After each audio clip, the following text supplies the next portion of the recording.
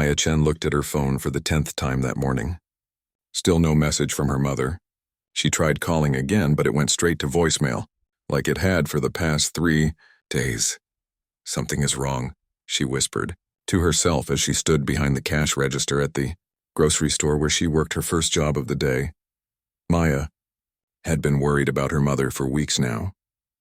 Ever since her father died 2 years ago, her mother had been living with Maya's older sister Priya and Priya's husband's family. At first it seemed like a good idea. Priya's in-laws had a big house and they said they would take good care of the old woman. But lately things felt different. The last time Maya spoke to her mother was 5 days ago. Her mother's voice sounded weak and scared. She kept looking around like someone might be listening. When Maya asked if everything was okay, her mother just said she was fine and hung up quickly. Maya finished her shift at the grocery store and hurried to her second job at a small restaurant. She washed dishes and cleaned tables for 6 hours. Her hands were red and sore from the hot water, but she didn't complain. She needed the money. Her mother's medicine was expensive. The old woman had diabetes and heart problems. Without her medicine, she could get very sick or even die. Maya sent money every month to help pay for everything her mother needed. That evening, Maya walked to her third job at a gas station. She worked there from 10 at night until 6 in the morning. It was tiring, but it paid well because most people didn't want to work those hours. As she sat behind the counter, Maya tried calling her sister Priya. The phone rang many times before Priya answered in a whisper. "Maya? I can't talk long," Priya said quietly. "Where is Mom?" "I've been trying to call her for days," Maya said. There was silence on the other end. Maya could hear voices in the background. She's fine. Just tired," Priya said, but her voice shook. "Can I talk to her?" "No, she's sleeping." "I have to go. Wait, Priya, the line went dead." Maya stared at her phone, feeling more worried than ever. The next morning, Maya took the bus across town to visit her mother. She hadn't been to Priya's house in 2 months because her sister's husband always made her feel unwelcome.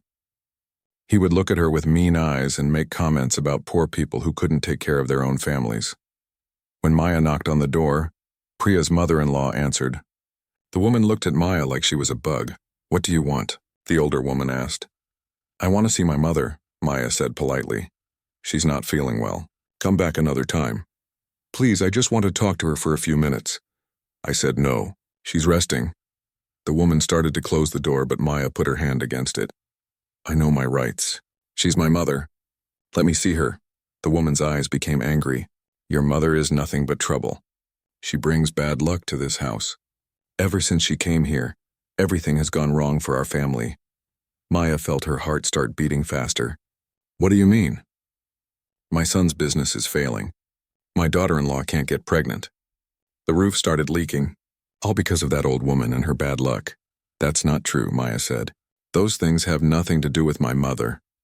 "Get out of here before I call the police," the woman said and slammed the door. Maya stood on the doorstep for a long time, not knowing what to do. She walked around to the back of the house and tried to look through the windows, but the curtains were closed. She could hear voices inside, but she couldn't see anything. On the bus ride home, Maya felt sick to her stomach. Something was very wrong, but she didn't know how to help. She was just one person working 3 jobs to survive. She had no money saved, no powerful friends, no one to turn to for help. That night at work, Maya couldn't stop thinking about her mother. She remembered when she was little and got sick with fever. Her mother stayed up all night putting cold cloths on her head and singing soft songs. When Maya was scared of the dark, her mother would sit by her bed until she fell asleep. Now her mother needed help, and Maya felt helpless. She tried calling Priya again, around midnight. This time, Priya answered even more quietly than before. "Maya, please stop calling. You're making things worse for Mom." "What do you mean? How am I making things worse?" "They think you're trying to cause trouble. They're angry at Mom because of your calls." Maya felt confused.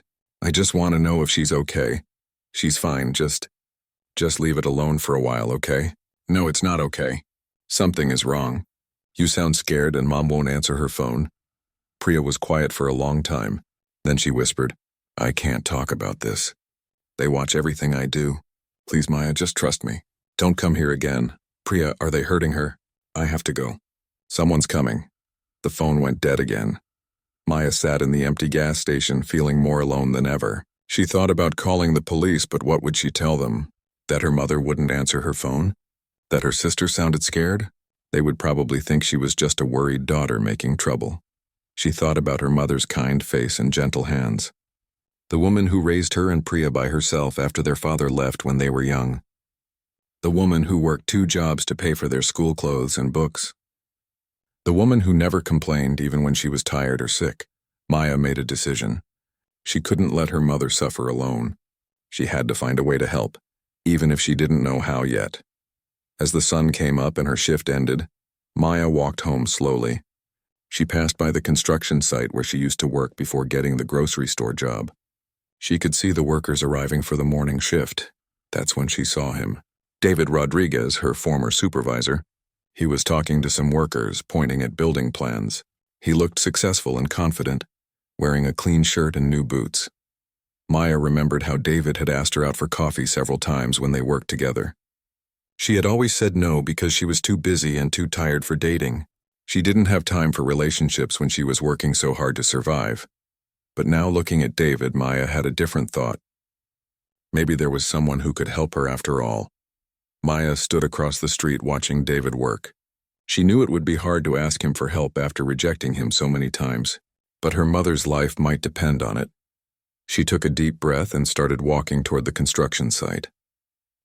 David Rodriguez looked up from his building plans when he heard someone calling his name. He couldn't believe what he saw. Maya Chen was walking toward him across the construction site, looking nervous and tired. He hadn't seen Maya in almost 6 months, not since she left the construction company to work at the grocery store. David remembered how disappointed he felt when she quit. He had been planning to ask her out again, thinking maybe she would finally say yes. "Maya?" David said, putting down his papers. "What are you doing here?" Maya stopped a few feet away from him. She looked different than he remembered. Thinner, with dark circles under her eyes. Her clothes were old and worn, and she seemed to be shaking slightly. "Hi, David, I need to talk to you," she said quietly. David felt his heart beat a little faster. Even though Maya had always turned him down, he had never stopped hoping she might change her mind. But something about the way she looked made him worried instead of happy.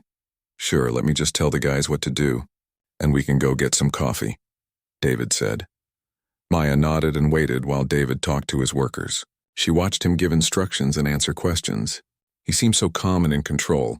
Maya wished she could feel that way about anything in her life. They walked to a small cafe near the construction site. David ordered coffee for both of them and paid without asking Maya if she wanted anything else. Maya was grateful because she only had $3 in her wallet. "So what's going on?" David asked when they sat down at a small table by the window. Maya stared at her coffee cup, not knowing how to start. She felt embarrassed to be asking for help from someone she had rejected so many times. "I'm sorry I haven't called or anything since I left the job," she said. "It's okay. I figured you were busy with your new work," David said. He tried to sound casual, but Maya could tell he had been hurt when she disappeared without saying goodbye. "David, I need help. I don't know who else to ask." David leaned forward. "What kind of help?" Maya took a deep breath and told him everything. About her mother living with Priya's in-laws. About the phone calls that stopped. About Priya sounding scared and telling her to stay away. About the mother-in-law saying their mother brought bad luck. As Maya talked, David's face became more serious. He had grown up in a neighborhood where he saw families hurt each other, and he recognized the signs of trouble. "When was the last time you actually saw your mother?" David asked. 2 months ago. "But David, I think something terrible is happening to her. Why didn't you call the police?" Maya looked down at her hands. "What would I tell them? That my mother won't answer her phone? That my sister sounds scared? They'll think I'm just causing family drama." David was quiet for a moment, thinking. He looked at Maya's worried face and remembered all the times she had worked late at the construction site, never complaining about the heavy lifting or dirty work. She was one of the hardest workers he had ever seen. "Maya, why are you asking me for help?" David said gently. "I mean, I want to help you, but we barely talked when we worked together." Maya felt her cheeks turn red. "Because you have money and connections. Because people listen to you, because—" She stopped and looked directly at him. "Because you're a good person, and I was too stupid and scared to see it before." David felt something tight in his chest. Maya had never looked at him the way she was looking at him now. Not with romantic interest, but with trust and hope. Tell me more about these in-laws, David said. Maya explained that Priya's husband owned a small import business that had been losing money. His parents blamed everyone except themselves for their problems. They were the kind of people who believed in superstitions and old-fashioned ideas about women and family. The mother-in-law said my mom brings bad luck, but David, my mother is the kindest person in the world. She wouldn't hurt anyone. I believe you, David said. But if they think she's causing their problems, they might try to get rid of her. Maya's eyes filled with tears. What do you mean? I mean they might try to send her away or hurt her to make their bad luck stop. Maya started crying quietly. David reached across the table and took her hand. Her fingers were cold and rough from all the hard work she did. Maya, I'm going to help you. But we need to be smart about this. We can't just go over there and demand to see your mother. They'll call the police on us. Then what do we do? David thought for a minute. First, we need to find out what's really happening in that house. I have some guys who do work for me sometimes. They're good at finding information without being noticed. You mean like spies? Not exactly. More like investigators. They know how to ask questions and watch people without causing trouble. Maya felt a small spark of hope for the first time in days. You would really do that for me? David squeezed her hand gently. Maya, I asked you out 5 times and you said no every time. I thought maybe you just didn't like me. It wasn't that, Maya said quickly. I work 3 jobs, David. I send money to my mother every month. I don't have time for dating or relationships or anything normal people do. I know that now, David said, and I understand why you had to say no. But Maya, helping people I care about isn't dating. It's just being human. Maya felt more tears coming. I don't know how to pay you back for this. You don't have to pay me back. But I do want something from you. Maya looked worried. What? I want you to promise me that after we help your mother, you'll let me take you to dinner. A real dinner at a nice restaurant where you don't have to work or worry about money for 2 hours. Maya smiled through her tears. It was the first time she had smiled in weeks. Okay, I promise. David called one of his workers, a man named Carlos who knew people all over the city. He explained the situation and asked Carlos to find out what he could about Priya's family. Carlos will start asking around today, David told Maya. But we need to be careful. If the in-laws find out we're investigating them, they might do something to your mother. How long will it take?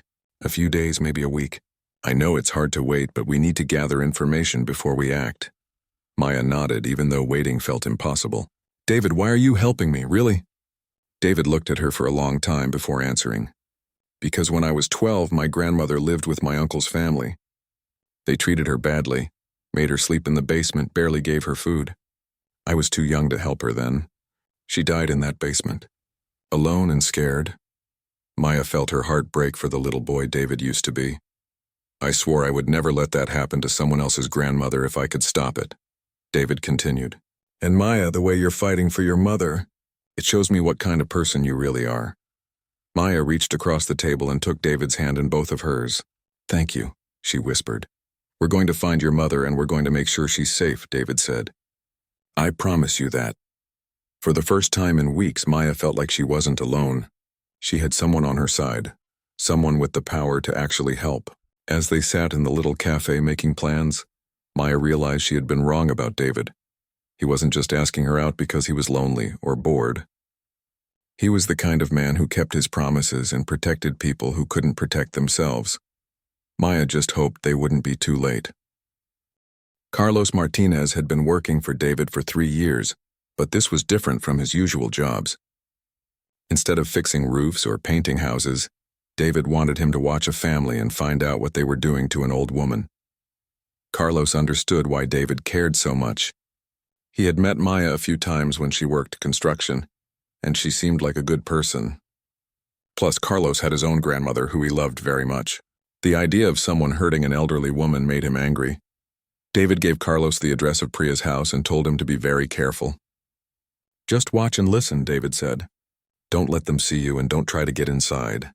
We just need to know what's happening. Carlos drove to the neighborhood in his old pickup truck. The houses were nice but not fancy, with small yards and driveways. Priya's house was white with blue shutters and it looked normal from the outside. Carlos parked down the street where he could see the house but wouldn't look suspicious. He pretended to be reading a newspaper while he watched the front door and windows. On the first day, Carlos saw Priya leave the house in the morning. She looked sad and kept looking back at the house like she was worried about something. Later, he saw an older man and woman come out. These must be the in-laws, Carlos thought. The older woman went to the grocery store and came back with only a small bag of food. That seemed strange for a house with so many people living in it. Carlos also noticed that some of the windows had curtains that were always closed. One window on the side of the house had bars on it, which was unusual for that neighborhood. On the second day, Carlos talked to the mailman. "Nice neighborhood," Carlos said casually. "I'm thinking about buying a house around here." "It's pretty quiet most of the time," the mailman said, "though there's been some shouting from that White House lately." "Shouting?" "Yeah, sounds like family arguments." The old folks seemed pretty angry about something. Carlos thanked the mailman and made a note to tell David about the shouting. That afternoon, Carlos saw something that made him very worried. Priya came home from work and went into the house. A few minutes later, Carlos heard loud voices. Through the slightly open front door, he could hear the older woman yelling at someone. "You useless old woman. Look what you've done now." Then Carlos heard a different voice, much weaker and older. "Please, I didn't mean to—" "Shut up. You bring nothing but trouble to this family."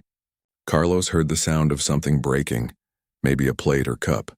Then he heard crying, but it was quickly muffled, like someone had covered the person's mouth. Carlos wanted to go to the door and help whoever was crying, but he remembered David's instructions to just watch and gather information. Still, it was hard to sit in his truck and do nothing. On the third day, Carlos brought his friend Miguel with him. Miguel was good at fixing things, and Carlos had an idea. They waited until they saw the older couple leave the house, then Carlos knocked on the front door. Priya answered, and she looked terrible. Her hair was messy, and she had dark circles under her eyes like she hadn't been sleeping. "Hi, I'm Carlos. This is Miguel. We're from Rodriguez Construction. We heard you might need some work done on your house." Priya looked confused. "I don't think we called anyone. Maybe your husband called. We do roofing, plumbing, electrical work. We're in the neighborhood today, so we thought we'd stop by." Priya hesitated. Carlos could see she was nervous about something. "I should ask my husband," she said. "Sure, no problem. Mind if we take a quick look around outside, just to see what kind of work might need to be done?" Priya nodded slowly. "Okay, but please be quick. My in-laws will be back soon." Carlos and Miguel walked around the house, pretending to look at the roof and windows. What they were really doing was trying to see inside and listen for any sounds. When they got to the side of the house with the barred window, Miguel pretended to examine the foundation. Carlos looked through the window bars and saw something that made his stomach turn. Inside what looked like a storage room, he could see an old woman sitting on a thin mattress on the floor. Her hair was very short, almost shaved off, and she looked extremely thin. There were bruises on her arms, and she was staring at nothing like she had given up hope. Carlos knew this had to be Maya's mother. The old woman looked up and saw Carlos at the window. For just a moment, their eyes met. Carlos saw fear and sadness in her eyes, but also a tiny bit of hope, like maybe someone had finally come to help her. Carlos quickly looked away and pretended to be examining the wall. His hands were shaking with anger, but he had to stay calm. "Find anything interesting?" Miguel asked quietly. "Yeah.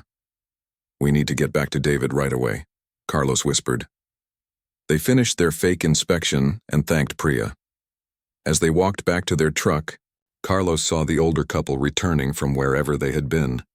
The older woman looked at Carlos and Miguel suspiciously. "What are those men doing here?" she asked Priya loudly. "They're just contractors. They were checking if we need any repairs." "We don't need anything repaired. Tell them to go away and don't come back." Carlos and Miguel drove away quickly. As soon as they were out of sight, Carlos called David. "Boss, we found her. Maya's mother is in that house, and it's bad. Really bad." "What do you mean?" "She's locked in a room with bars on the window. She looks sick and hurt. Someone shaved off most of her hair. Boss, these people are torturing this old lady." David was quiet for a moment. Carlos could hear him breathing hard like he was trying to control his anger. "Did anyone see you looking through the window?" "The old woman saw me, but no one else." "Boss, we have to help her. She looks like she's dying." "I know, Carlos. But we need more proof before we can call the police." "Did you get any photos?" "No, I was afraid they would see me." "But Miguel was with me. He can tell the police what we saw." "Okay, I want you to go back tomorrow, but this time bring a camera. We need pictures of her condition in that room." Can you do it without being caught? I think so. There's a tree near that window. I could climb it and take photos from above. Be careful, Carlos. If they catch you, they might hurt Maya's mother even worse. I understand, boss, but we can't leave her there much longer. She doesn't look like she has much time left. David called Maya immediately. She was at work at the restaurant, but she stepped outside to talk. Maya, we found your mother. She's alive, but she's in bad condition. Maya started crying. How bad? David told her what Carlos had seen, trying to be gentle but honest. Maya cried harder when she heard about her mother's shaved head and the bruises. We're going to get her out of there, David promised. But we need one more day to get proof that will hold up in court. Can you wait one more day? Do I have a choice? No, and I'm sorry about that. But Maya, if we go in there tomorrow without enough evidence, the police might not be able to arrest the in-laws. They could just move your mother somewhere else and we might never find her again. Maya understood, but it was the hardest thing she had ever done, knowing her mother was so close, suffering in that little room and having to wait another day to help her. David, what if she dies tonight? She won't. Carlos said she's weak but alert. She's been surviving this long and she can survive one more day. Your mother is stronger than you think. That night Maya couldn't sleep at all. She kept thinking about her mother alone in that terrible room, wondering if anyone would ever come to save her. Meanwhile, Carlos was planning how to get the photos they needed. He studied the tree near the barred window and figured out the best time to climb it. He tested his camera to make sure it would take clear pictures even in low light. David spent the evening calling a lawyer friend and a contact at the police department. He wanted to make sure that when they presented their evidence, it would be taken seriously and acted upon quickly. All three of them went to sleep that night, knowing that tomorrow would change everything. They just hoped they were ready for whatever they might find. David arrived at the construction site early that morning, but he couldn't focus on work. Carlos had called at dawn to say he was ready to get the photos they needed. Maya had also called, her voice shaking with worry and exhaustion. I didn't sleep at all last night, Maya told David. I keep thinking about my mother in that room. What if something happens to her today? Carlos is going to get the photos this morning, David said. Then we'll have enough evidence to call the police. Can I come with you when you go to get her? David hesitated. He wanted Maya there when they rescued her mother, but he also worried it might be dangerous. Let me see what Carlos finds first, okay? Around 10 in the morning, Carlos called David. His voice was different, angry and upset in a way David had never heard before. Boss, you need to get here now. And bring Maya. This is worse than we thought. What happened? Just come. I'll meet you 3 blocks from the house. And David, maybe you should call the police first. I don't think we should wait anymore. David's hands were shaking as he called Maya. Something's happened. Carlos wants us to come right now. Maya left work immediately. Her boss wasn't happy, but Maya didn't care. She had been waiting tables while her mother was suffering, and she couldn't do it anymore. David picked up Maya and drove to meet Carlos. When they saw him standing by his truck, they both knew the news was bad. Carlos looked like he had been crying and his hands were clenched into fists. What did you see? David asked. Carlos looked at Maya, then back at David. Maybe Maya should wait in the car. No, Maya said firmly. She's my mother. I need to know everything. Carlos took a deep breath and showed them his phone. On the screen was a photo that made Maya scream out loud and David curse under his breath. The photo showed Maya's mother sitting on the floor of the small room, but she looked like a completely different person. Her head was completely shaved bald, and there were fresh cuts on her scalp where the razor had been too rough. Both of her eyes were black and swollen. Her clothes were dirty and torn, and she was so thin that her bones showed through her skin. But the worst part was her expression. She looked like someone who had given up hope entirely. Her eyes stared at nothing, and her mouth hung open slightly like she didn't have the strength to close it. Maya started crying so hard she couldn't breathe. David put his arm around her and tried to comfort her, but he felt sick to his stomach looking at the photo. There's more, Carlos said quietly. He showed them another photo of the room itself. There was no real bed, just a thin mattress on the concrete floor. In one corner was a bucket that was obviously being used as a toilet. The only light came from the small barred window. She's chained, Carlos said, pointing to the photo. There's a chain around her ankle connected to the wall. She can't even stand up all the way. Maya collapsed against David, sobbing. They're killing her. They're killing my mother. David felt rage building up inside him like he had never felt before. He thought about his own grandmother dying alone and scared, and now Maya's mother was going through the same thing. "Did you see the people who did this?" David asked Carlos. "Yeah, I saw them through the front window." The old woman was bragging to someone on the phone about how they were teaching the useless old lady a lesson. She was laughing about it. "We're calling the police right now," David said, pulling out his phone. "Wait," Carlos said. "I think we should go get her ourselves first." "What do you mean?" "Boss, I've been thinking. What if the police take too long to get there? What if the family hears the sirens and does something even worse to her? What if they move her before the police can search the house?" David understood what Carlos was saying, but he also knew the risks. "If we go in there without the police, we could get arrested ourselves."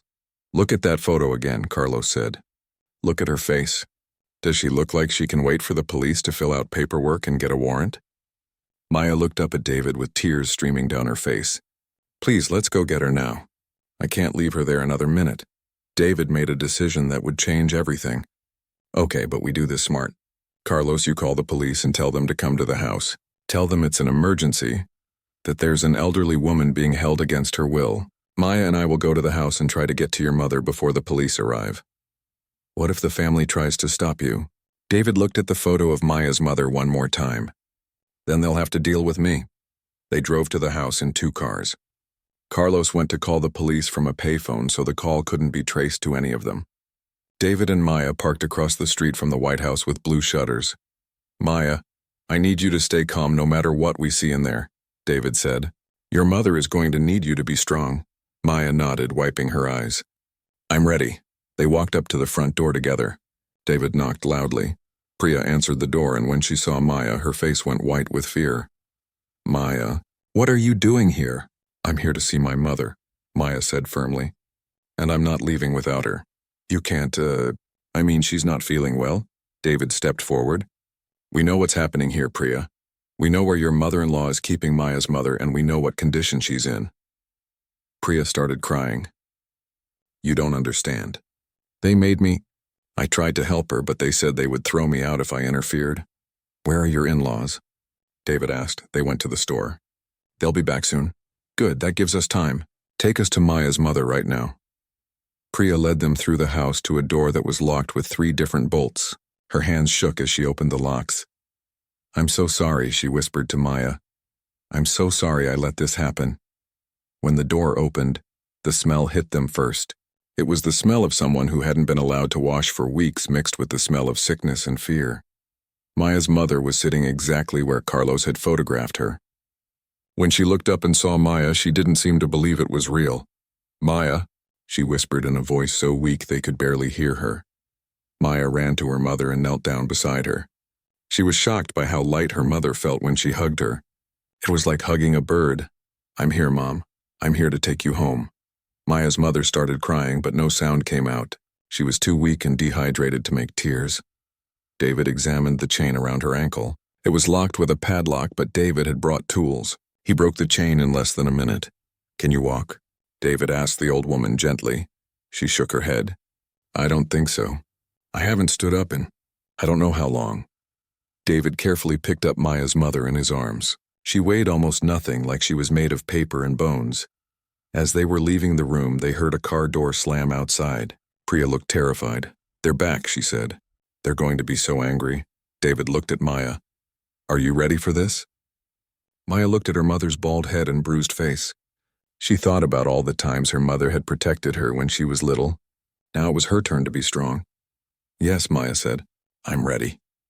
They walked toward the front door, knowing that in a few seconds they would have to face the people who had tortured an innocent old woman.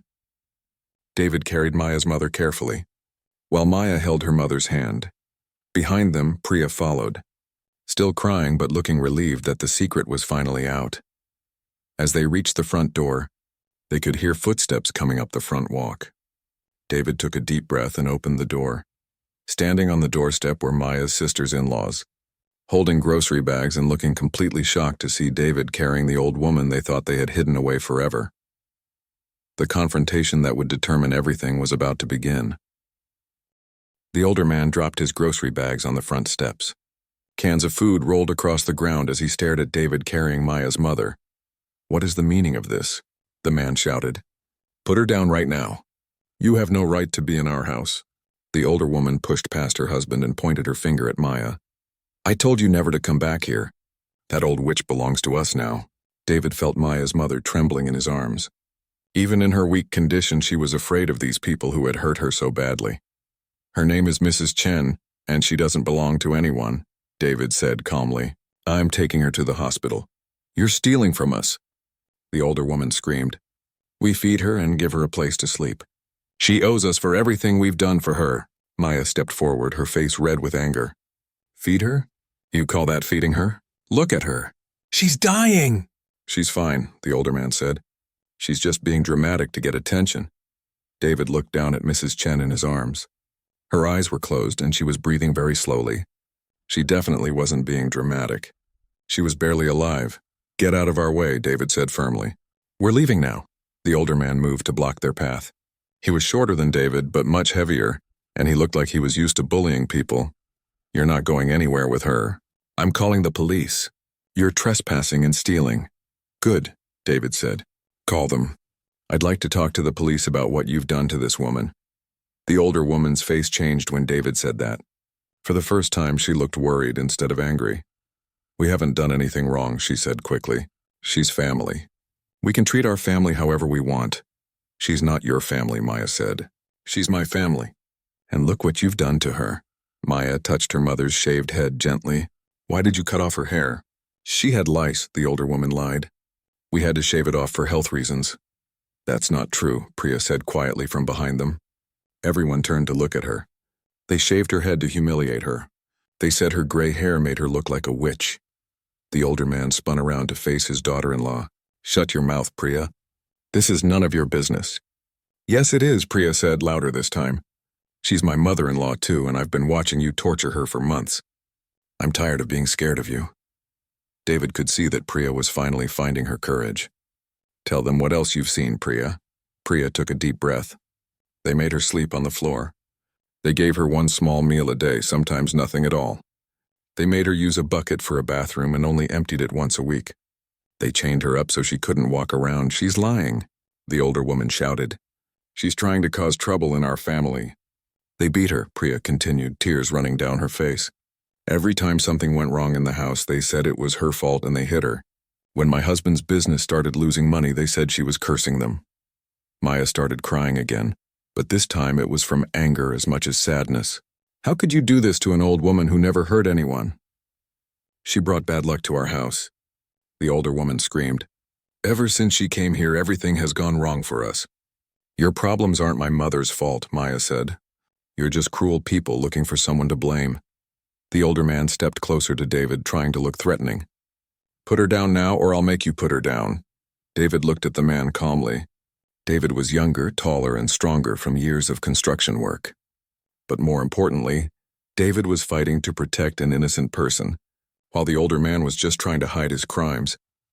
I don't think you want to try that, David said quietly. The older man seemed to realize he had made a mistake. David wasn't some young worker he could intimidate. David was a successful businessman with confidence and resources. This is kidnapping, the older man said, but his voice was less sure now. No, this is rescue, David replied. And if you try to stop me, it will be the last mistake you ever make. Just then they heard sirens in the distance. Carlos had succeeded in getting the police to come quickly. The older woman grabbed her husband's arm. Let them go, she whispered urgently. If the police see her looking like that, we'll be in trouble. It's too late to worry about that now, David said. The police are coming and they're going to see everything. 2 police cars pulled up in front of the house. 4 officers got out and walked toward the group on the front porch. Someone called about an elderly woman being held against her will? One of the officers asked. That would be us, David said. This is Mrs. Chen, and these people have been torturing her. The officer looked at Mrs. Chen in David's arms and immediately called for an ambulance on his radio. Even from a distance, he could see she needed medical attention urgently. Sir, I'm going to need you to put the woman down so we can examine her, the officer said to David. Can I put her in my car instead? She's been through enough trauma. I don't want to put her back on the ground, the officer agreed, and David carefully placed Mrs. Chen in the back seat of his car. Maya got in beside her mother and held her hand. The older couple started talking to the other officers, trying to convince them that nothing wrong had happened. But when the officers saw the room where Mrs. Chen had been kept, with the chain still attached to the wall and the terrible smell, they knew the truth. Priya told the officers everything she had witnessed over the past few months. She admitted that she had been too scared to call for help before, but she was ready to testify about what she had seen. The ambulance arrived and the paramedics immediately started working on Mrs. Chen.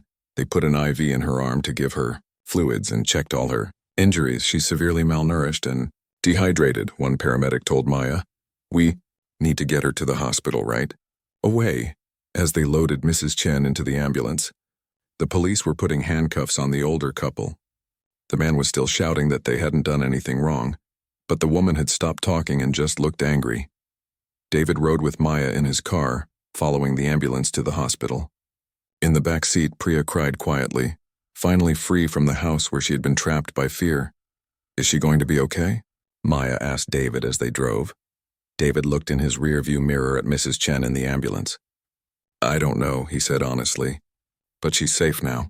Whatever happens next, no one will ever hurt her again. Maya squeezed David's hand. Thank you for believing me. Thank you for helping us. You don't need to thank me, David said. You would have done the same thing for my family.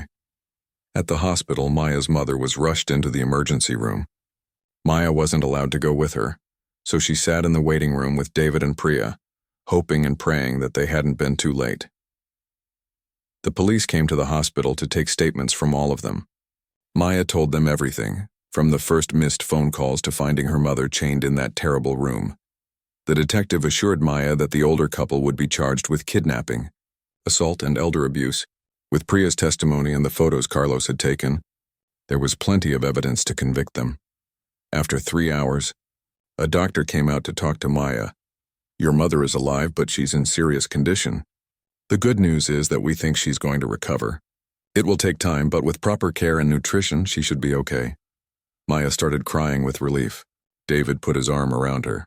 And for the first time in weeks, Maya felt like everything might actually be all right.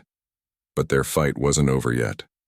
Now they had to help Mrs. Chen heal from the trauma of what she had been through. And they had to make sure the people who hurt her faced justice for their crimes. Maya spent the first week sleeping in the hospital chair next to her mother's bed. She only left to go to work or to shower, and even then she hurried back as quickly as possible. Mrs. Chen was awake most of the time now, but she didn't talk much. The doctor said this was normal for someone who had been through such terrible treatment. She needed time to trust that she was really safe. David came to visit every day after work. Sometimes he brought food for Maya because she kept forgetting to eat. Other times he just sat quietly while Maya talked to her mother or read to her from magazines. You don't have to keep coming here, Maya told David one evening. I know you have your own life and your own work. Maya, where else would I want to be? David said, This is exactly where I want to be. Maya looked at him sitting in the uncomfortable hospital chair, still wearing his work clothes because he had come straight from the construction site. She realized that David had been taking care of her just as much as she had been taking care of her mother. I don't understand why you're doing all this, Maya said quietly. Before this happened, we barely knew each other. David was quiet for a moment, looking at Mrs. Chen sleeping peacefully in the hospital bed. Her hair was starting to grow back and the bruises on her face were fading from purple to yellow. Maya, do you remember when we worked together at the construction site? David asked. Of course. Do you remember the day it started raining really hard and everyone else went inside, but you kept working? Maya remembered that day. She had been trying to finish a job so she could leave early and take her mother to a doctor's appointment. The supervisor told you to go inside, but you said you needed to finish. So I stayed outside and helped you even though we were both getting soaked. You were just being nice, Maya said. No, I wasn't just being nice. I was watching you work in the rain getting completely wet, but you didn't complain or give up. You just kept going because you had something important to do. That's when I knew what kind of person you were.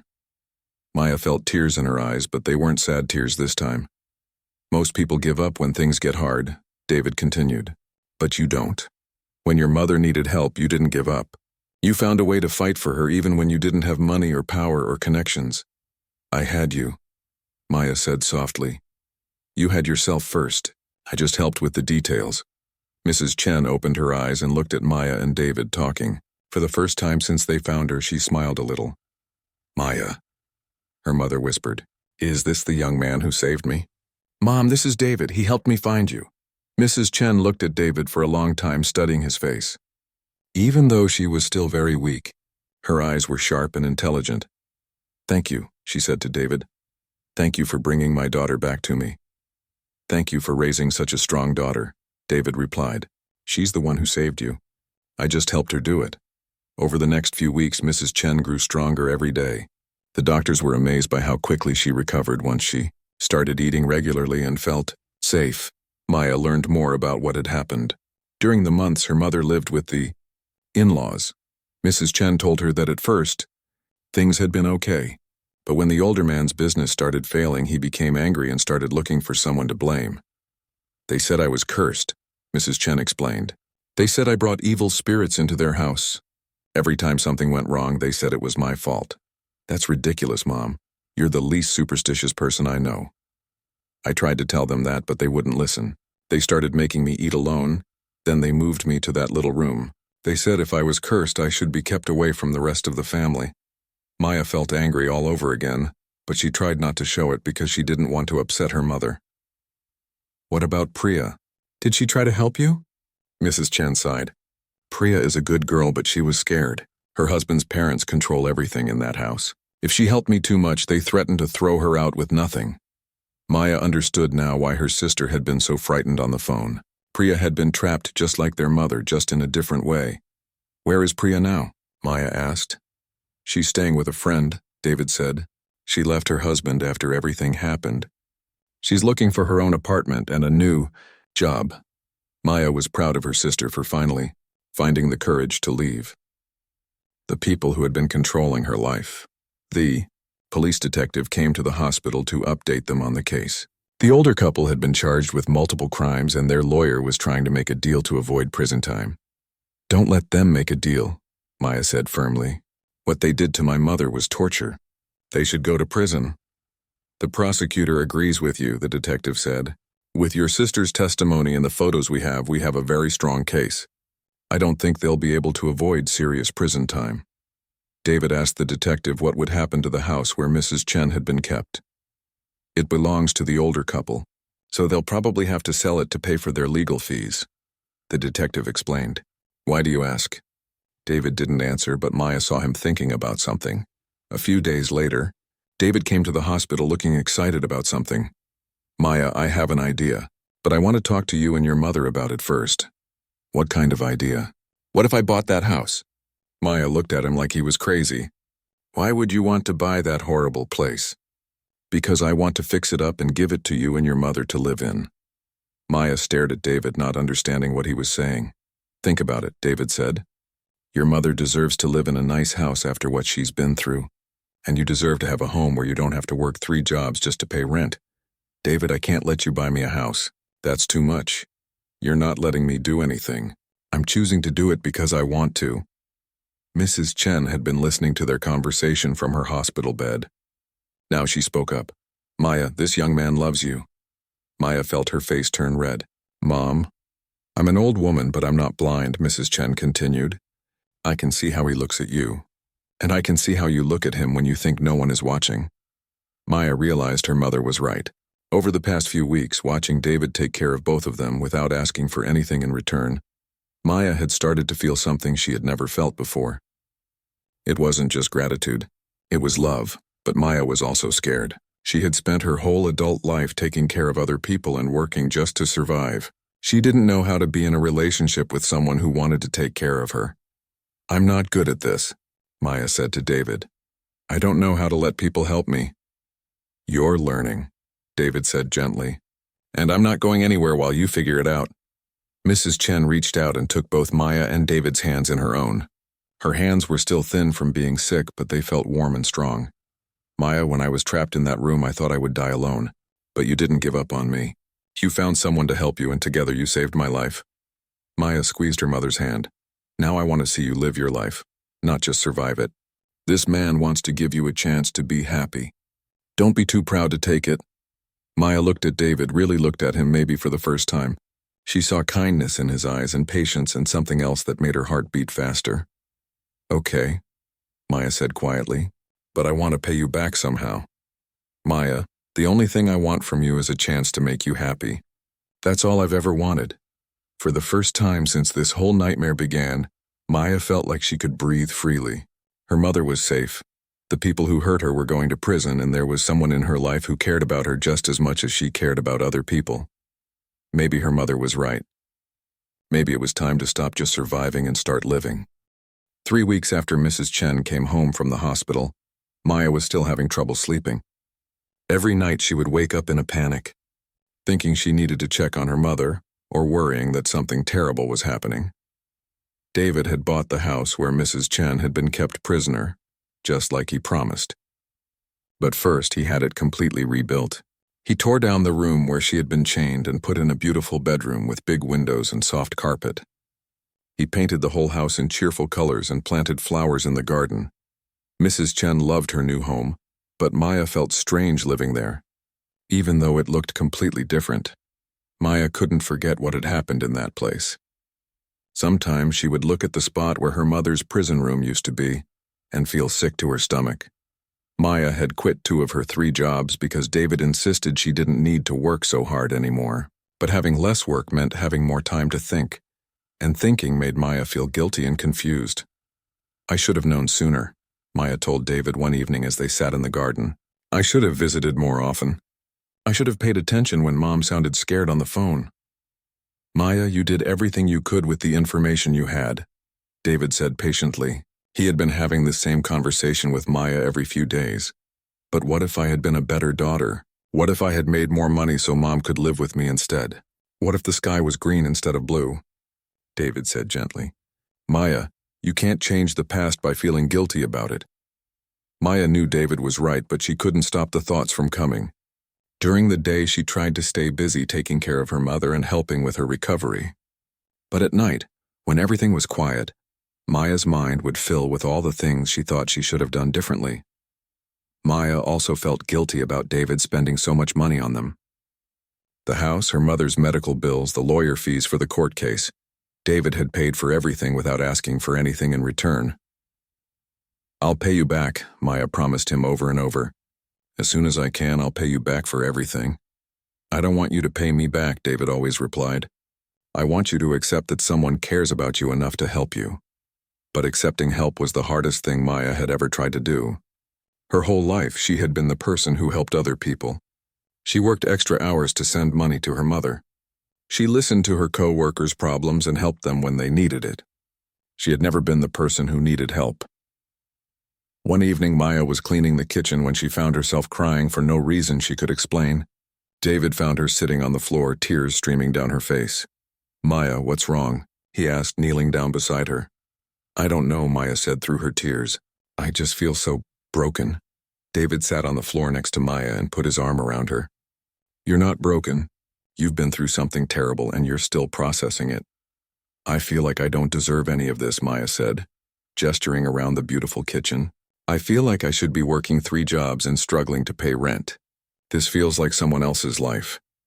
"Maybe that's because it is someone else's life," David said quietly. "Maybe this is your new life and you're allowed to have good things happen to you." Maya looked at David through her tears. "What if I'm not good at being happy? What if I only know how to worry and work and take care of problems?" David smiled at her. "Then we'll practice together. We'll practice being happy a little bit at a time until you get good at it." That night, Maya had the worst nightmare yet. She dreamed that she went to check on her mother and found her back in that terrible room, chained to the wall and crying. In the dream, David was gone, and Maya was alone again with no way to help her mother. Maya woke up screaming.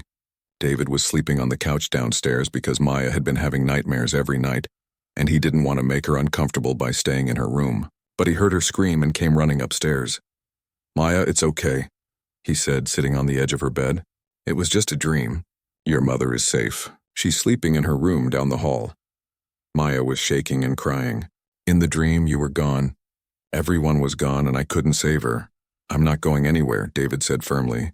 "And your mother is safe. Do you want me to wake her up so you can see her?" Maya nodded, feeling embarrassed but too scared to care. David gently woke Mrs. Chen and brought her to Maya's room. When Maya saw her mother healthy and safe, she finally started to calm down. "Oh, my dear daughter," Mrs. Chen said, sitting on the bed and stroking Maya's hair. "You've been carrying too much weight on your shoulders." "I'm sorry I woke you up, Mom. Don't apologize for needing comfort. That's what family is for." Mrs. Chen looked at David standing in the doorway. "David, would you sit with us for a minute? I want to tell Maya something." David sat in the chair next to Maya's bed. Mrs. Chen took Maya's hands in her own. "Maya, when I was in that terrible room, do you know what kept me alive?" Maya shook her head. "I kept thinking about you. I knew that if anyone could find a way to save me, it would be my strong, determined daughter. I knew you wouldn't give up on me. But I almost did give up," Maya said. "I was so scared and I didn't know what to do." "But you didn't give up," Mrs. Chen said firmly. "You found David and together you saved my life. Maya, you are not broken. You are the strongest person I know." David nodded. "Your mother is right. Maya, you think you failed because you didn't save her fast enough or in the perfect way, but you saved her. That's what matters. And now it's time for you to let us take care of you for a while," Mrs. Chen added. "You've been taking care of everyone else your whole life. Let David take care of you. Let me take care of you. You deserve to be loved and protected just as much as anyone else." Maya looked back and forth between her mother and David. These two people had become the most important people in her world, and they both wanted the same thing, for Maya to be happy and safe. "I don't know how to do this," Maya said quietly. "I don't know how to be the person who gets taken care of instead of the person who does the taking care of." "We'll teach you," David said gently. "We'll all learn together." Mrs. Chen smiled at David. "You know, Maya, I think this young man is going to be part of our family for a very long time." Maya felt her cheeks turn red, but she didn't feel embarrassed this time. She felt hopeful. "Is that what you want?" Maya asked David. "Do you want to be part of our crazy family?" David took Maya's hand and squeezed it gently. "Maya, I can't imagine wanting anything more than that." For the first time since her mother was rescued, Maya felt like maybe everything really would be okay. She was still scared and she still felt guilty sometimes, but she was beginning to understand that healing takes time. And she wasn't healing alone. She had her mother, who was getting stronger every day. She had David, who loved her enough to be patient while she learned how to accept love. And most importantly, she was learning that being strong didn't mean she had to carry every burden by herself. Maybe her mother was right. Maybe it was time to let herself be taken care of for a while. Maybe it was time to stop feeling guilty for good things happening to her and start believing that she deserved them. 6 months after Mrs. Chen came home from the hospital, she was completely recovered. Her hair had grown back thick and silver, and she had gained back all the weight she had lost. More importantly, she was happy again. She spent her days cooking, reading, and tending to the flower garden David had planted for her. Maya was different too, though the changes had come more slowly. She still worked at the restaurant, but only part-time now. She was taking night classes to learn bookkeeping, so she could help David with his construction business. For the first time in her adult life, Maya was planning for the future instead of just surviving day by day. The court case had ended 2 months earlier. Priya's former in-laws were both sentenced to 3 years in prison for elder abuse, kidnapping, and assault. Priya had testified against them, and her courage in speaking the truth had helped put them away. Priya now lived in her own apartment across town and worked at a bank. She visited Maya and their mother every Sunday for dinner. The 3 women had grown closer than they had ever been before, united by what they had survived together. David had become part of their family routine without anyone making a formal decision about it. He ate dinner with them most nights, helped with household repairs, and sat with Mrs. Chen in the evenings while Maya was at work or school. Maya had learned to accept David's help and kindness, but she still sometimes felt overwhelmed by how much her life had changed.